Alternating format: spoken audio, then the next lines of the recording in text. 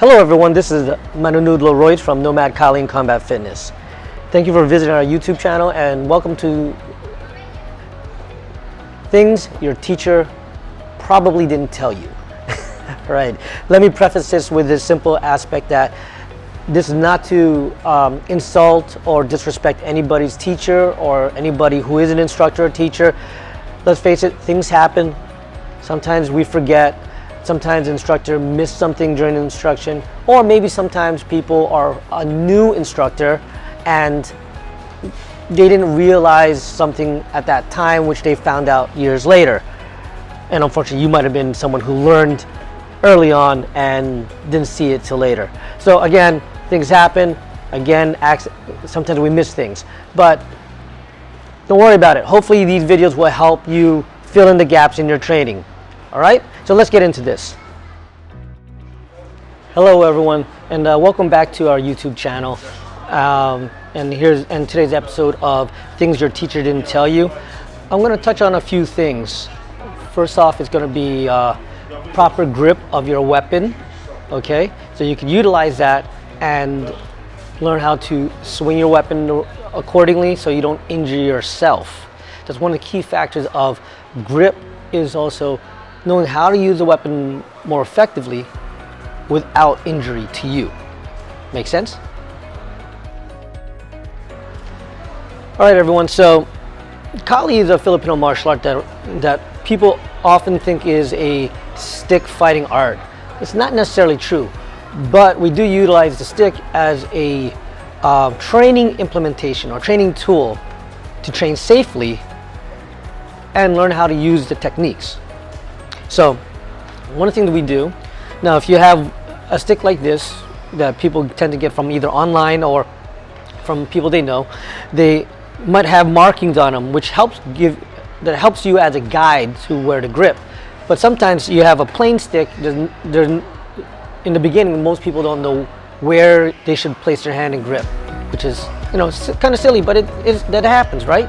So one of the general rules of thumb for us is, in the beginning, 1 fist length away from the bottom, right, to allow for about 2 to 3 inches of space from the bottom. It allows you to have good control over the weapon in the beginning.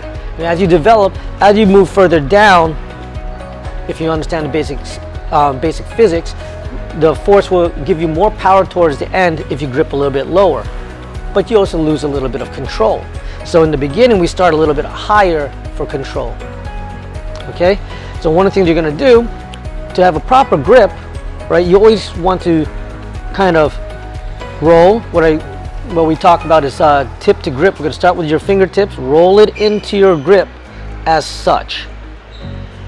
All right, you're going to roll the weapon into your grip to have a nice, good, solid grip on your stick. Now, don't worry, I know this is regarding a stick, but when we talk about other weapons per se, it's a little bit different because this is round, but most handles on a sword or knife or machete are not. Again, we'll get to that later. This comes into play when we start switching sides of our weapon hands. So we're going to roll and grip, and when we swing, right, we're going to maintain a good tight grip. Right, we're not going to swing like this. We're not going to swing like this. We're not going to swing like this. Maintain a nice, good, solid grip. And when we strike with our weapon, we're going to maintain a good, strong wrist. And the angulation can be anywhere from here to here, just not hyperextended, because you want to avoid injury to the wrist in this area. That's one of the reasons you want to do that. Okay?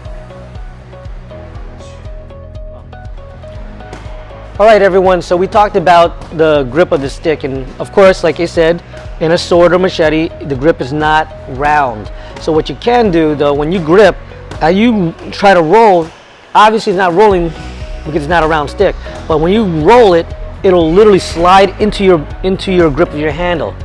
So this is one of the things is when we do this is to avoid doing this when switching our grip. We want to maintain contact with our weapon at all times, so we don't drop it like an idiot, right? Does that make sense? right? So we want to make sure we have good contact and grip with our weapon so we can hold the weapon accordingly. And like I said, strong grip. Now, a weapon tends to be heavier than a stick. So you should always train with a weapon, like a training weapon like such. This is a training weapon, doesn't cut me, right? Or a heavier stick, so you can get used to gripping or swinging something heavier so you can not hurt yourself and injure yourself. Like you said, you're not going to hyperextend, so if you try to snap this and hyperextend it, you can injure yourself. So what we're doing is we're going to swing and maintain a good strong wrist and always make sure the weapon is in line with the wrist and forearm. So that way, no injury to you. And of course, let's say if you're going to utilize this now, let's say you could actually use this for, you know, gardening or foraging purposes. When you're cutting through either cutting through a path in woods or on a trail, or if you're even gardening, you want to cut some thicker vines or young branches. This will prevent injury to your wrist by swinging accordingly, right? So let's say you're cutting a small limb on a tree or a small vine, tends to be thicker, you have a machete, same thing. You don't want to do it like this, because if it hooks, you can hurt your wrist. But if they swing through, we're always maintaining a good strong wrist, good alignment with your forearm, etc. All right, guys. Lastly, of course, there's a knife. It's just a smaller version of the machete. Again, same thing. You'll notice that as you pull and grip into your hand, right? Again, each time you'll notice the blade is represented by the knuckles of your four knuckles on your phalanges or your fingers, right? So, well, understanding this, no matter how you look at it, whether you grab a machete, you grab a knife, grab a sword for maybe stage combat work or training, to prevent injury to yourself, you're going to maintain a good strong wrist and align the blade with your knuckles, so that way you'll always have good structure. Does that make sense? So, all right, everyone. Again, thank you for visiting our YouTube channel for Nomad Combat Fitness, and thank you for taking the time to watch the video. Do greatly appreciate it. Please, if you know anyone who might find these videos useful or helpful to them, please let them know. Please like, share, and don't forget to subscribe to the channel and ask them to do so as well. Thank you very much, and maraming salamat.